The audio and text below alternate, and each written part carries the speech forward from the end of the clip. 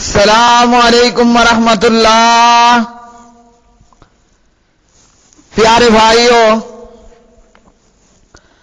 اور میری معززات ماؤں، بہنوں اور بیٹیوں، بلوغ المرام کتاب الحدود باب حد السرقۃ، چوری کی حد کا بیان، سبق نمبر ہے 263 263۔ بسم اللہ الرحمن الرحیم۔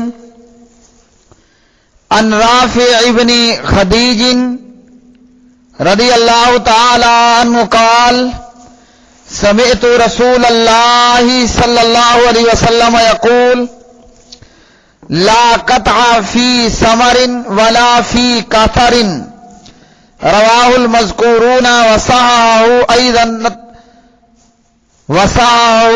الترمذی وابن حبان۔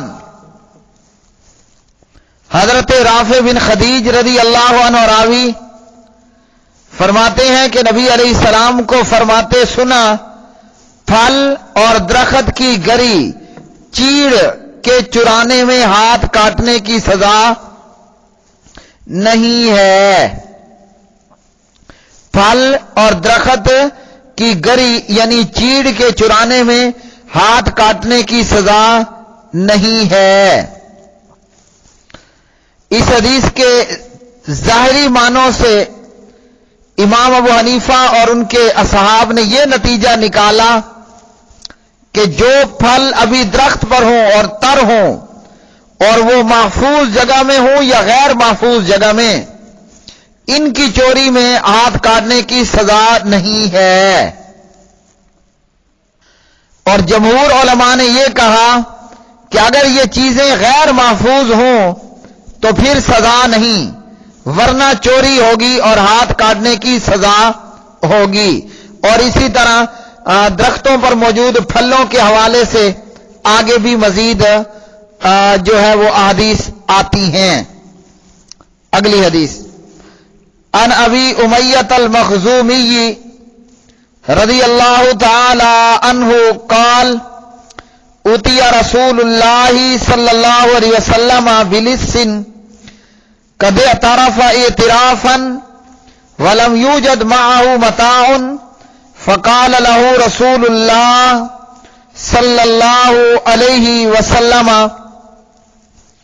ما اخالک سرقتا قال بلا فأعاد عليه مرتين او ثلاثا فأمر به فقطع وجيء به فقال استغفر الله وتب إليه فقال استغفر الله واتوب إليه فقال اللهم تب عليه ثلاثا، اخرجه ابو داود واللفظ له واحمد والنسائی ورجاله ثقات، واخرجه الحاکم من حدیث ابی ہریرہ رضی اللہ تعالی عنہ فساقه بمعناه وقال فيه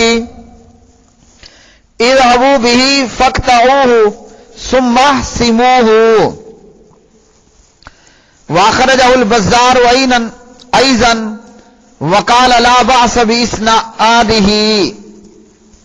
ابو امیہ مخزومی رضی اللہ عنہ راوی، نبی علیہ السلام کے پاس ایک چور لایا گیا اور اس چور نے چوری کا اعتراف بھی کر لیا مگر اس کے پاس سامان نہ پایا گیا۔ تو نبی علیہ السلام نے اس سے کہا میں یہ خیال نہیں کرتا کہ تو نے چوری کی ہوگی، یعنی میں تجھے چور نہیں سمجھتا۔ چور نے کہا کیوں نہیں، میں نے چوری کی ہے۔ آپ نے 2-3 مرتبہ اس طرح دہرایا، پھر نبی علیہ السلام نے حکم دیا کہ اس کا ہاتھ کاٹ دیا جائے۔ اس کے بعد اس چور کو آپ کی خدمت میں لایا گیا۔ آپ نے اس بندے سے کہا کہ اپنے گناہ کی اللہ سے معافی مانگ۔ اس نے کہا کہ میں اللہ سے معافی مانگتا ہوں۔ تو نبی علیہ السلام نے فرمایا کہ اے اللہ اس کی توبہ کو قبول فرما، اے اللہ اس کی توبہ کو قبول فرما۔ آپ نے 3 مرتبہ کہا۔ اور امام حاکم نے ابو ہریرہ کے حوالے سے اسی مفہوم کے مطابق اس حدیث کو روایت کیا. اس میں نبی علیہ السلام کا یہ فرمان ہے، چور کو لے جاؤ اور اس کا ہاتھ کاٹ دو پھر اسے داغ دینا. تو اس روایت کے تعلق سے محققین نے شواہد کی بنیاد پر اسے صحیح لغیر ہی قرار دیا ہے.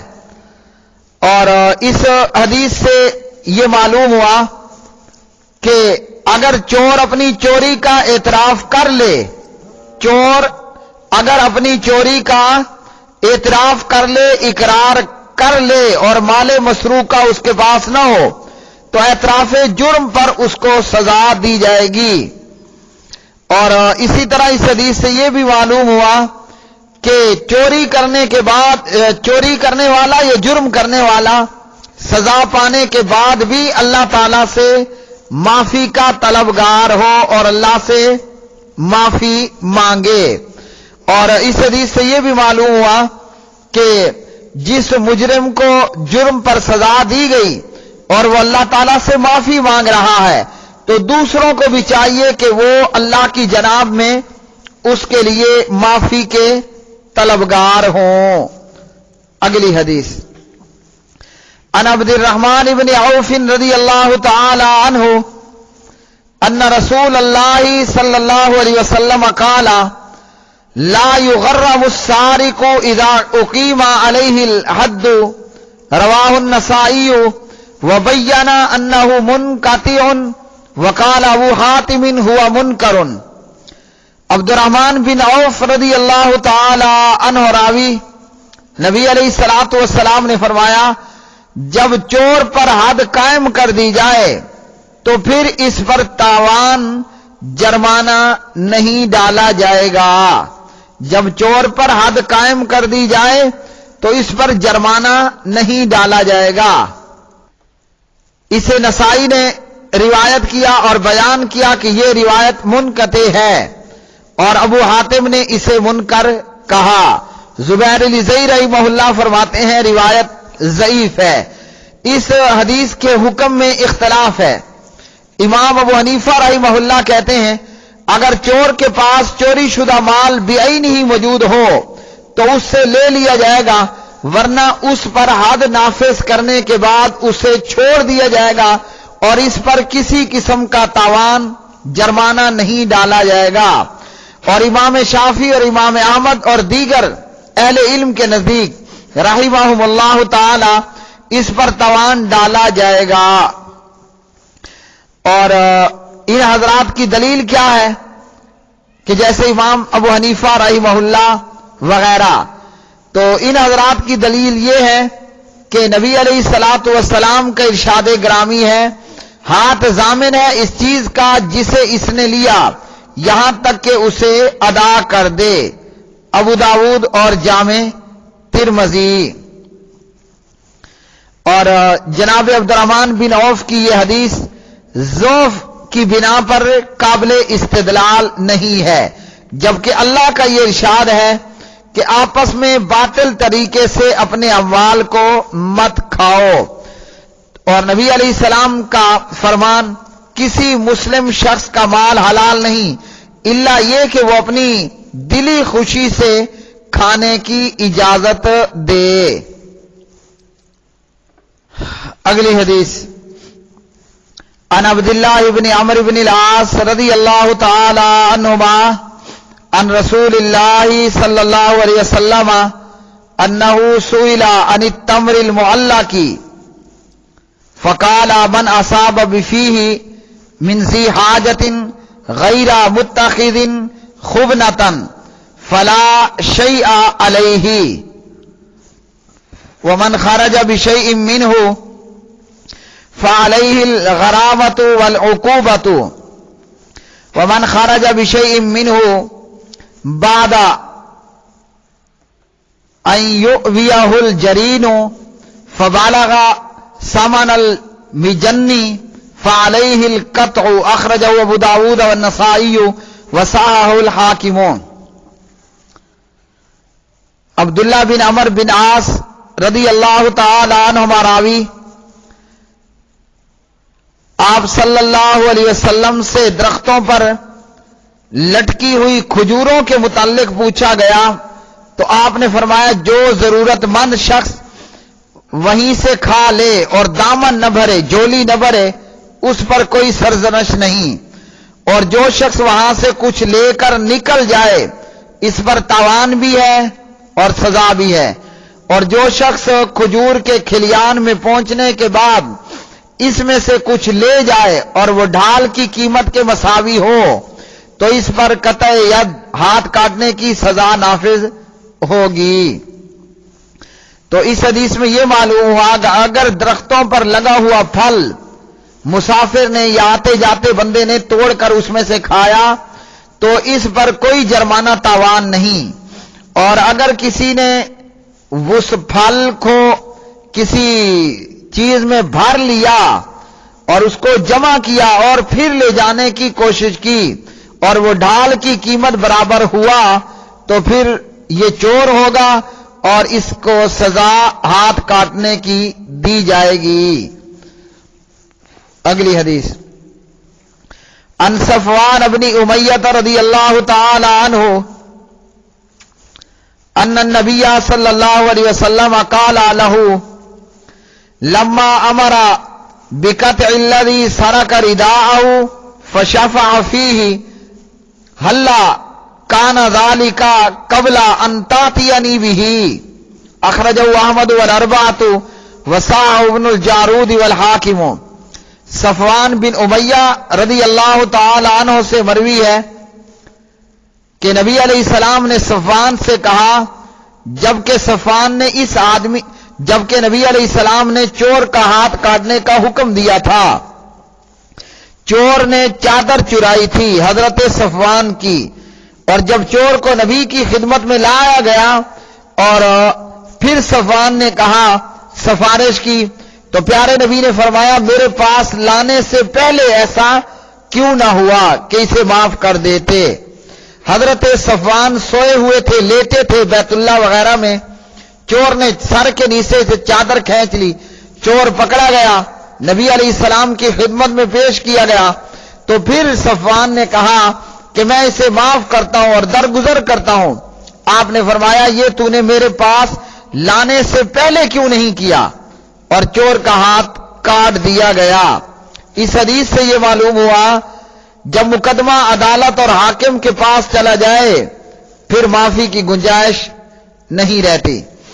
اگلی حدیث، ان جابر رضی اللہ تعالی عنہ قال جیء بسارق الى النبی فقال اقتلوه فقالوا انما سرق یا رسول اللہ صلی اللہ علیہ وسلم فقال اقطعوه فقطع ثم جيء به الثانية فقال اقتلوه فذكر مثله ثم جيء به الثالثة فذكر مثله ثم جيء به الرابعة كذلك ثم جيء به الخامسة فقال اقتلوه، اخرجه ابو داود والنسائی واستنكره، واخرج من حديث الحارث بن حاتم نحوه، وذكر الشافعي ان القتل في الخامسة منسوخ۔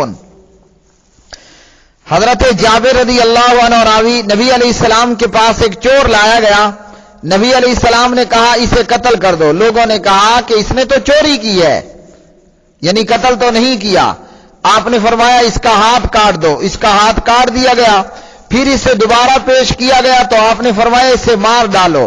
جابر نے پہلے کی طرح ذکر کیا، پھر تیسری بار لایا گیا تو اسی طرح ذکر کیا، چوتھی مرتبہ گرفتار کر کے پیش کیا گیا، پھر پانچویں مرتبہ گرفتار کر کے پیش کیا گیا، آپ نے فرمایا اسے قتل کر دو۔ اسے ابو داود اور نسائی نے روایت کیا اور نسائی نے اسے منکر کہا اور اسے منکر قرار دیا ہے، اور حارث بن حاتم کے حوالے سے اس طرح کی روایت نقل کی، اور امام شافعی نے ذکر کیا کہ پانچویں مرتبہ مار ڈالنا یہ منسوخ ہے، پانچویں مرتبہ میں مار ڈالنا منسوخ ہے، اور یہ روایت سندن حسن ہے۔ نبی علیہ الصلوۃ والسلام نے اسے قتل کرنے کا اس لیے حکم دیا کہ نبی علیہ السلام کو بطور معجزہ پتہ چل گیا تھا کہ یہ بار بار چوری کرنے والا ہے۔ اور پھر ایسے لوگوں کے حوالے سے اللہ تعالیٰ کا یہ فرمان ہے، انما جزاء الذین، کہ جو لوگ اللہ اور اس کے رسول سے لڑیں، زمین میں فساد کریں، ان کی سزا ہے کہ وہ قتل کر دیے جائیں یا سولی چڑھا دیے جائیں یا ہاتھ پاؤں کاٹ دیے جائیں یا انہیں جلا وطن کر دیا جائے، وگرنہ چور کی سزا ہاتھ کاٹنا ہے، قتل نہیں ہے۔ لیکن چونکہ یہ فسادی تھا تو فسادیوں کی سزا قتل ہے۔ اور امام نسائی نے اسے منکر قرار دیا ہے، جبکہ روایت سندن یہ حسن ہے۔ تو اس حدیث سے یہ معلوم ہوا کہ چور کی سزا تو ہاتھ کاٹنا ہے، مگر فسادی کی سزا قتل ہے۔ پیارے بھائیو، یہ آج کا سبق نمبر 263 تھا۔ آج کے سبق سے ہمیں یہ معلوم ہوا کہ مجرم کو سزا کے بعد بھی اللہ سے معافی مانگنی چاہیے، اور معمولی چیز کے چرانے پر سزا نہیں ہے، یعنی ہاتھ کاٹنے کی، اور پھل کا درخت کھا لینے پر بھی سزا نہیں ہے۔ وآخر دعوانا الحمدللہ رب العالمین۔